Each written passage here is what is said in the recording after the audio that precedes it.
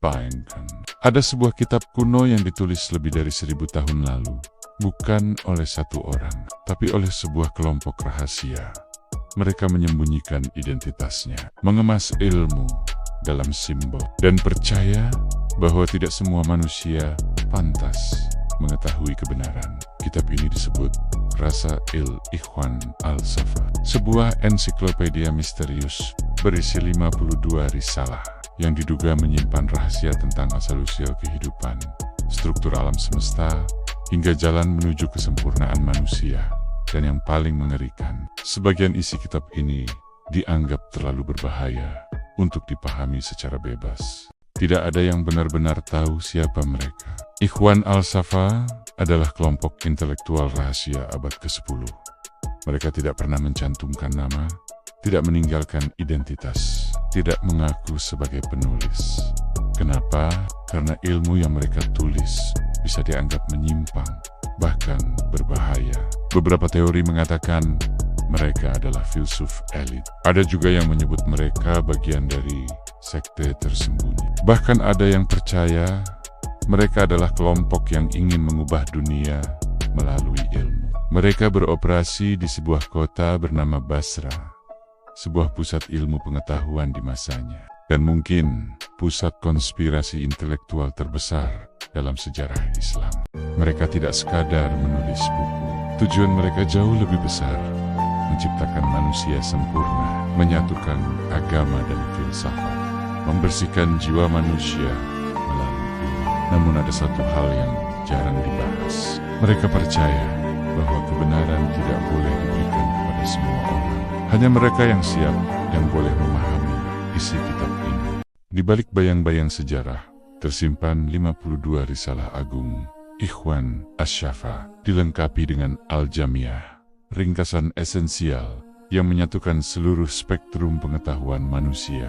Risalah ini mencakup dasar matematika yang presisi hingga rahasia ilmu alam yang penuh keajaiban, hingga menyelami kedalaman psikologi, filsafat, dan rahasia teologi, serta mistisisme yang sakral. Inilah peta spiritual kuno yang dirancang khusus untuk membimbing setiap langkah perjalanan jiwa, menuntun kita melintasi batas dunia menuju cahaya kesempurnaan yang abadi dan hakiki. Disinilah semuanya dimulai. Ikhwan Al-Safa percaya bahwa angka adalah bahasa Tuhan.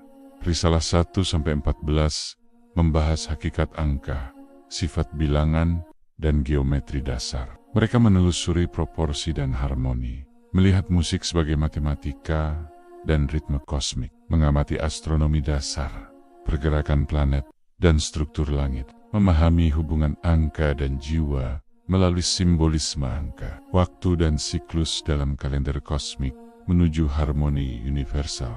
Mereka percaya bahwa alam semesta tidak acak, semua bergerak dengan pola matematis.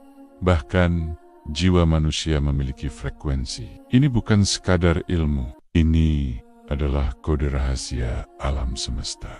Bagian ini menjadi salah satu yang paling mengejutkan, karena mereka menulis konsep yang baru diakui ratusan tahun kemudian. Risalah 15-31 membahas materi dan bentuk. 4 unsur, api, air, udara, tanah, mineral, logam, tanaman, pertumbuhan biologis, hewan darat, hewan laut, perilaku hewan, insting, evolusi kehidupan, perbandingan manusia dan hewan, anatomi manusia, fungsi organ, lingkungan, dan kehidupan, ekosistem awal, keseimbangan alam. Mereka menggambarkan bahwa kehidupan berkembang secara bertahap, dari mineral menjadi tumbuhan, dari tumbuhan menjadi hewan, dari hewan menjadi manusia.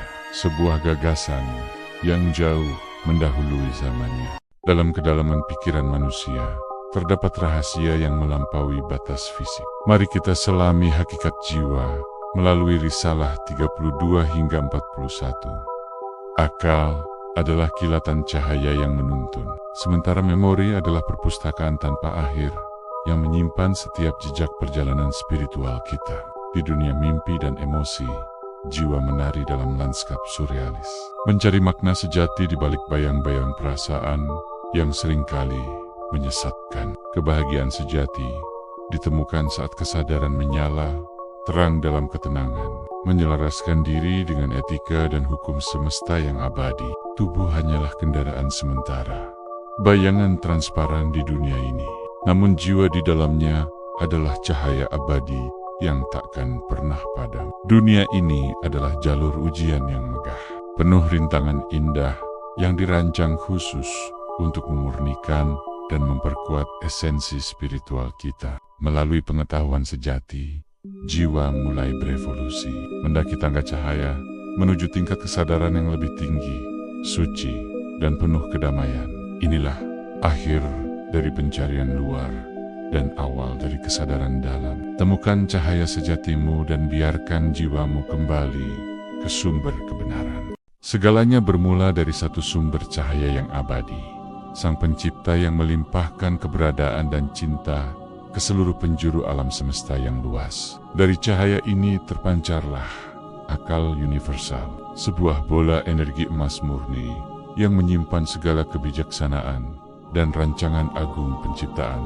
Akal tersebut kemudian menggerakkan jiwa universal, pusaran energi spiritual yang mengalir ke seluruh kosmos, memberikan kehidupan pada setiap entitas melalui perantara para malaikat yang agung di antara awan bercahaya. Wahyu kebenaran diturunkan untuk menuntun manusia memahami rahasia langit. Dunia fana ini akan mencapai puncaknya pada hari kiamat, sebuah transisi dramatis di mana kegelapan materi akan terserap kembali ke dalam cahaya abadi.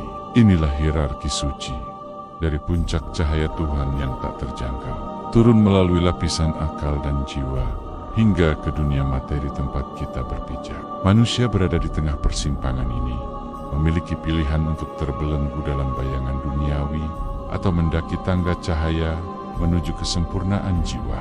Pada Akernia, perjalanan jiwa adalah sebuah kepulangan menapaki jalan setapak bercahaya, kembali bersatu dengan keagungan Sang Khalik untuk selamanya. Selain 52 risalah utama, ada satu risalah tambahan, disebut Al-Jami'.